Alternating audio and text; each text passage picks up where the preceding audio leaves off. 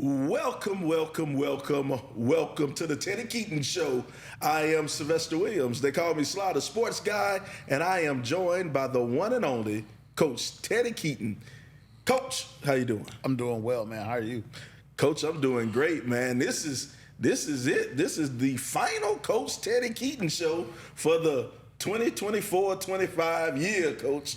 It's been a long year, Coach. Been some ups and downs and some good notes and low notes, man. How would you assess this season from fall camp all the way to spring ball, Coach? I mean, in your opinion, it may have been high and low. I just feel like after coming off 3 or 4 seasons of 0-10 and 1 win here, for them to be at 7-3, the work effort, the effort that the kids have put in to be changing from worst to first.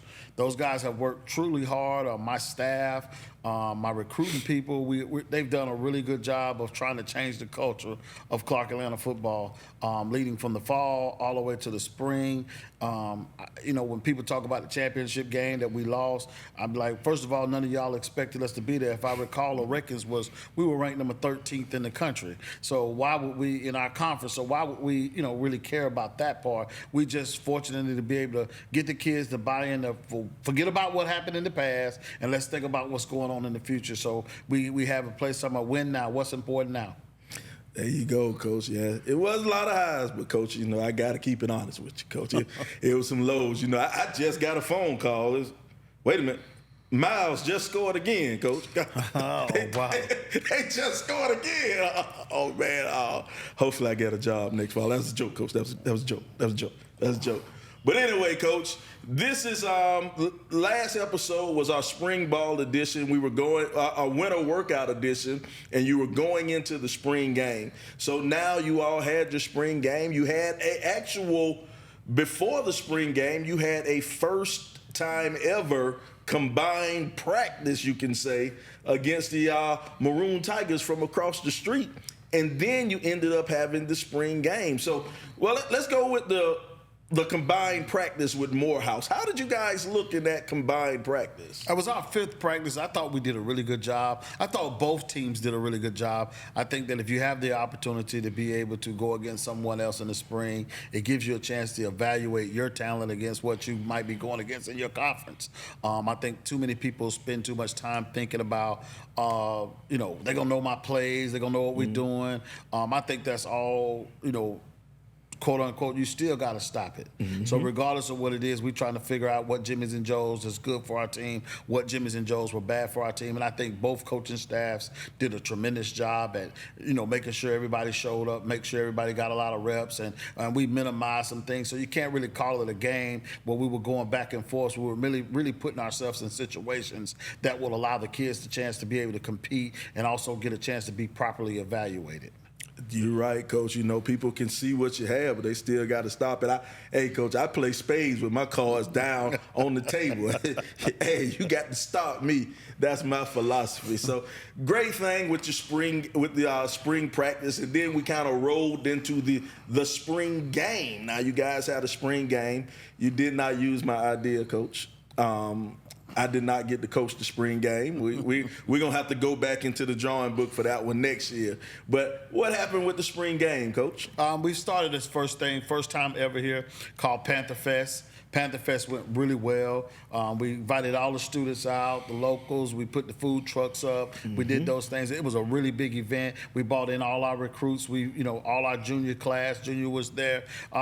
It was a really good game. I thought, a lot of kids played well. A lot of people we had question marks about. We sure about what they can do. We had, after the first time we did with Morehouse, you were able to go back and evaluate and put some kids in some other places that they might have a chance to be able to compete at. So I thought that the coaching staff, again, my hat goes off to my offensive coordinator, Marvin Cunningham, my defensive coordinator, L.C. Cole. They did a lot of great work, and their supporting cast to go with them to help us shape what 2025 should look like in the fall. All right.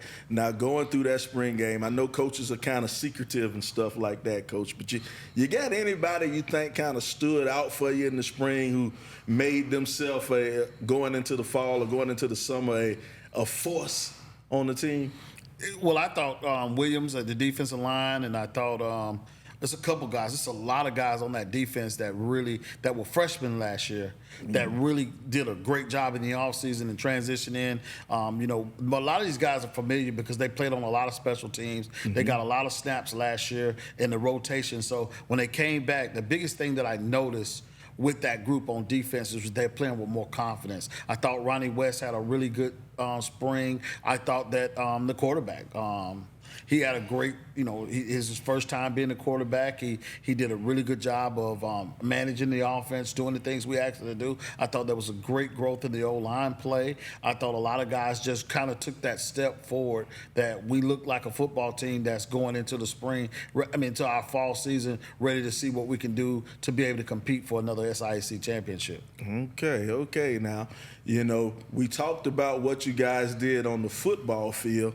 But in order for these guys to come back and play next year, they got to pass these classes, Coach. They got to do what it takes inside the classroom. What can you speak about your schools, about your team's academic success for this year? I thought they did a tremendous job. This first time ever, me being at an institution where we got 96 players on the roster and only 3 of them got to go to summer school.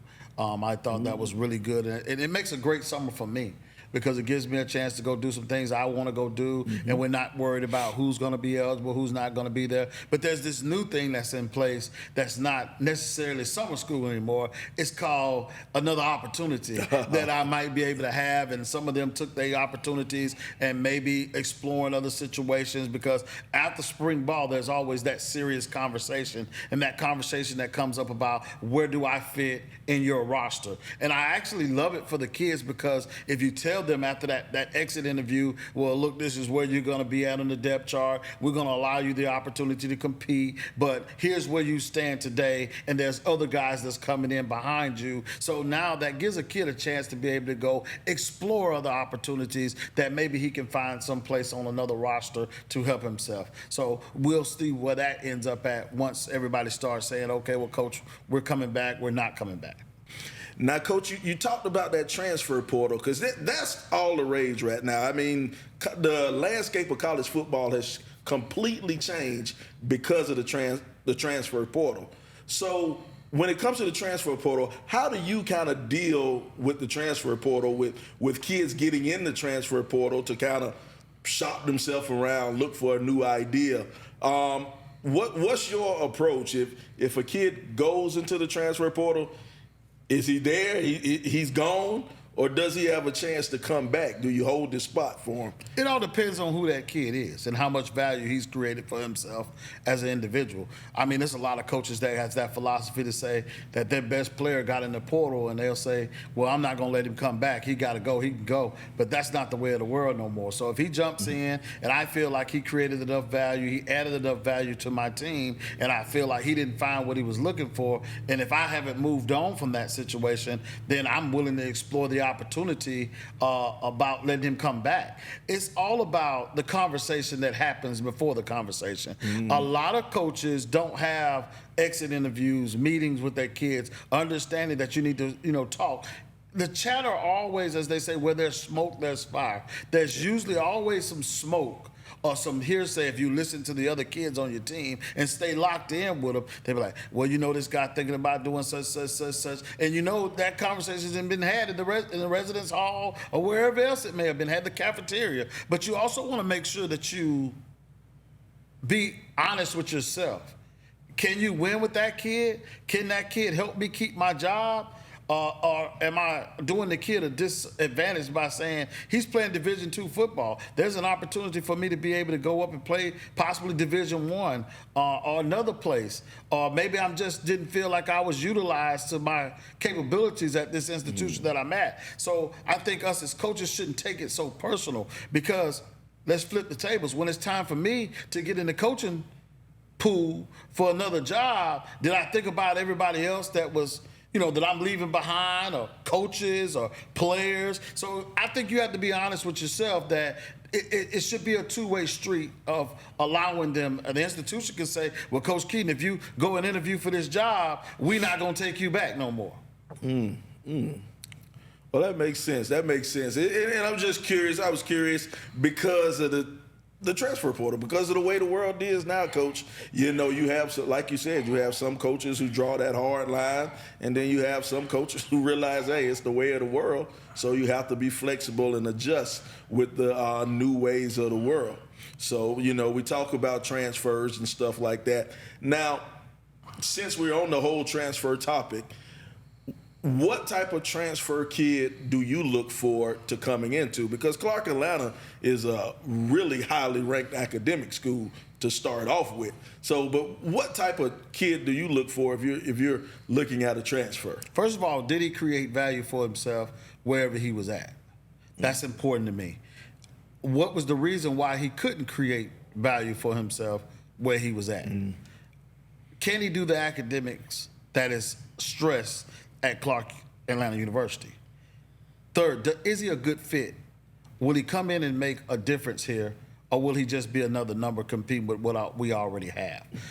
There's a lot of check marks that has to be checked off. And I get into daily battles with my coaching staff because all they may be looking at is one aspect of that. But I tell you, if I get a transfer, I expect that transfer to be an immediate upgrade to a position that I'm getting. I'm not just going out to get a kid because he played somewhere or because of where he come from. I've turned down some players that played at a higher level that might have could have added value, but I felt like we were okay with the kids we already got because I don't want to ruin the kid that he committed to me first.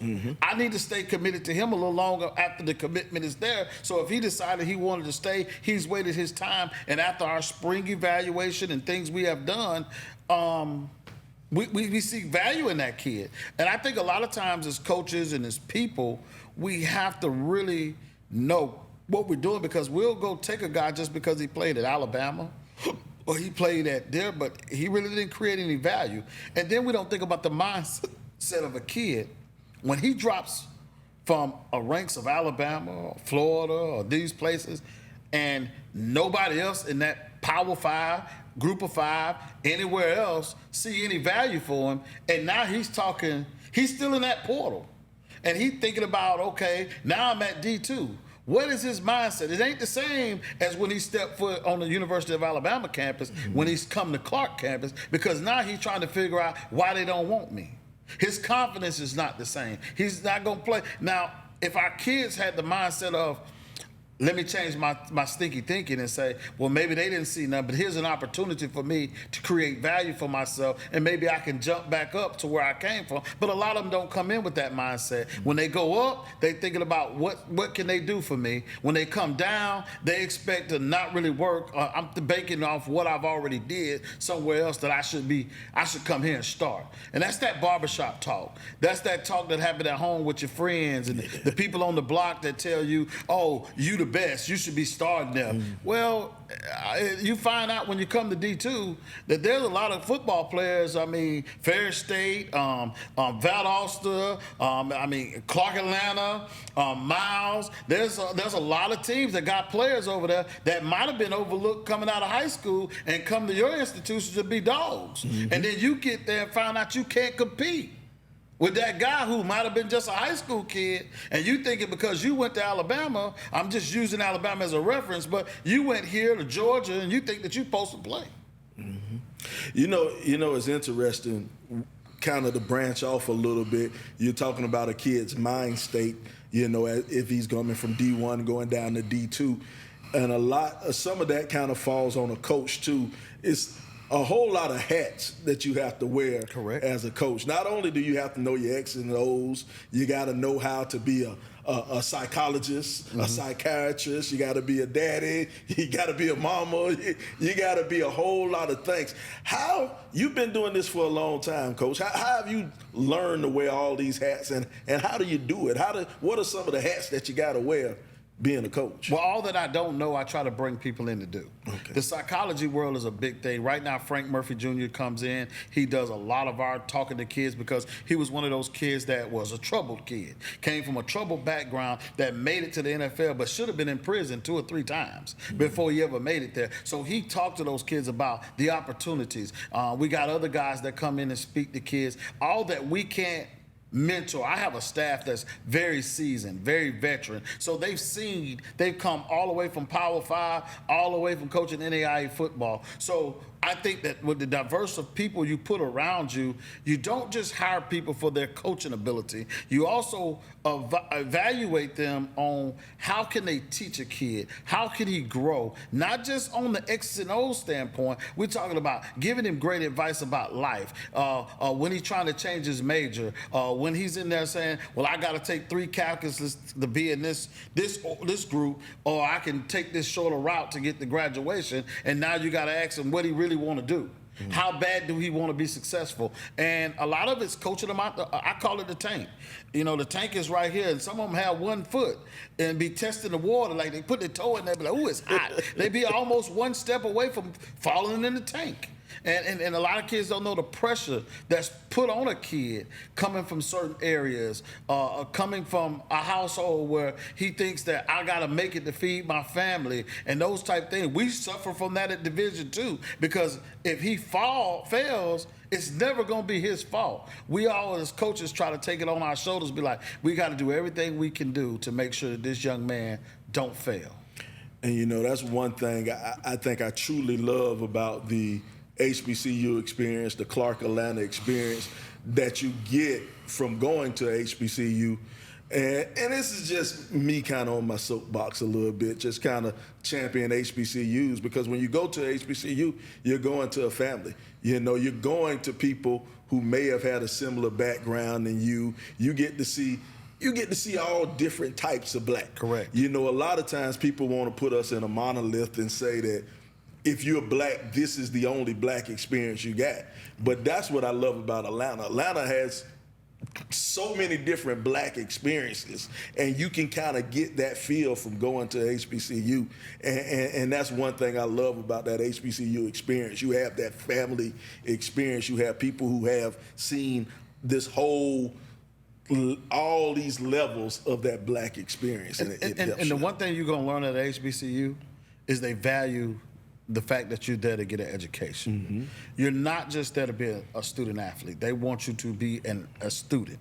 And they holistically develop you to become a thought process of, it's my job to make sure David Wright does not fail.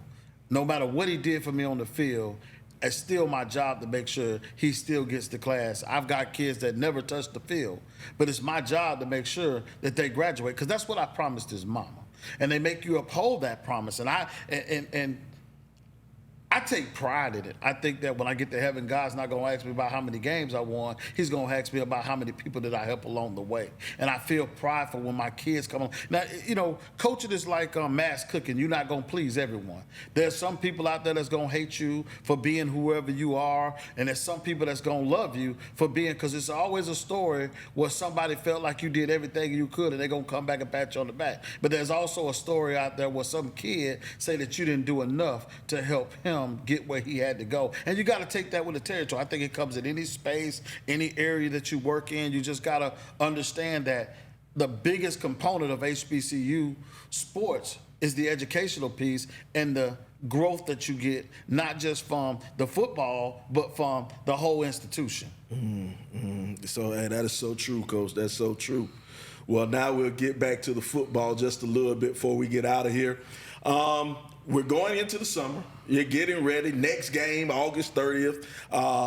Week 0, Labor Day Classic. You'll be playing Valdosta State in Birmingham at Legion Field.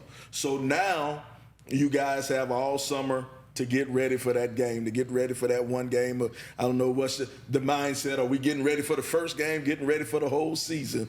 Your mindset. What goes into the summer? What will you be looking from your team? How will you kind of run things during the summer? Well, we send them home with a workout plan. Since we got a lot of people from the city, those guys will come up and let us see them, and they'll come work out in the gym. You know, those who can pass the waivers and get their physicals or whatever they need to get done so they can be medically cleared to be able to use our facilities. So we try to get, we map it out. So when we finished our 12 weeks of workout, we maxed everybody out. Once they maxed out, we come up with a program that fit and kind of tailor-made to each individual. We we set individual goals for himself, and we also set team goals for that person, and what we both will try to see, what should you look like when we get back here. So now, once they go through the summer, they'll finish their resume, come back, and then we'll test them again to see who upheld what it was that we needed them to do in order for them to have a chance to get successful. So you hear me talk about this all the time.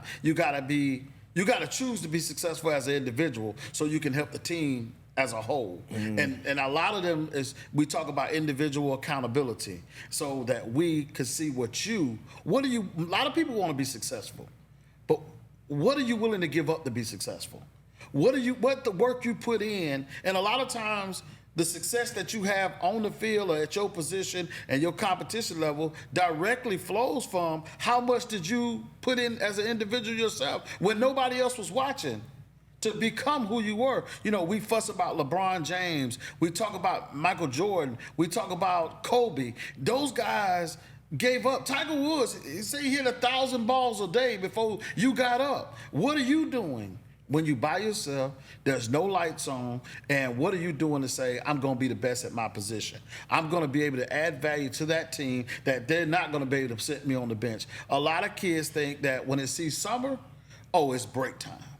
Oh, it's time to go vacate the facility. I ain't got to see Coach Keaton. I ain't got to hear nobody talking to me. I'm going to go play. I'm going to eat. You know, you got linemen because you've been controlling how much you've been eating before he left. Now he comes back, and he been at home with mama, and she been cooking greens and everything else. He come back 50 pounds overweight. So as an individual, did you have enough self-discipline to be able to do the things you needed to do in order to come into camp when you got 4 weeks now to get ready for your first game? And did you have enough discipline to be able to bag away from the table? Did you have enough discipline to get up and run? Did you have enough discipline to do the workout and complete that workout? Did you have enough discipline to go find somebody to help you work on your trade or what you were doing? And I think that's the key to success of any program, and monitoring it, we have yet to figure out how to, because we don't have control of our kids like Division I do, where they come back a lot earlier so you can get them in shape. I think we have the toughest task of anybody. Even in high school, they can have summer workouts at their high school, and they go every day, and they go in the morning time, they run, they do everything else. But in Division II football, we don't have that access to our kids because we have this thing called life in the balance.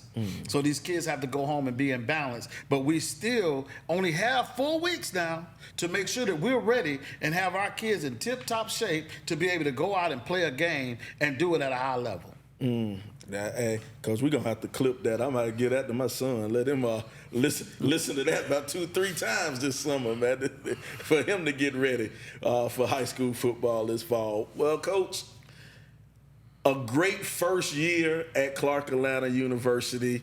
You have set the bar high, Coach. You set the bar high for your squad and the expectations for the Clark Atlanta Panthers in the future. But I think that's something that you wanted to do, something that you knew was going to happen. You said it. You said, if I can't win at Clark, can't nobody win. It'll never happen. That's right. And so far, you winning on a level that nobody's won at Clark Atlanta, Coach. Well, the standard got to be the standard. And I was watching this clip this morning. I actually retweeted it and put it back on my Instagram.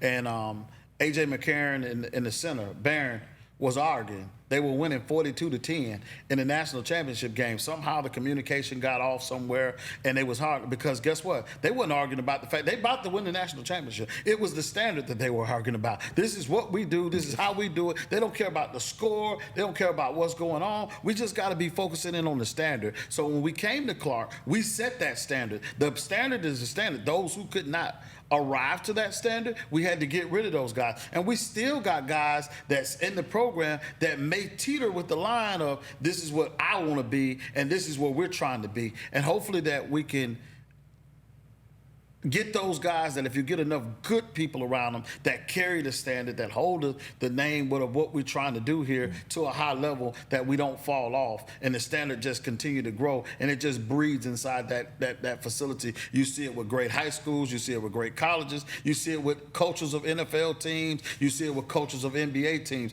That culture has to be you have to be unwavering in whatever it is. And sometimes you have to make difficult decisions about whether that person is good enough for your culture. You saw the Steelers made a move that everybody didn't think that was, well, we losing a good receiver.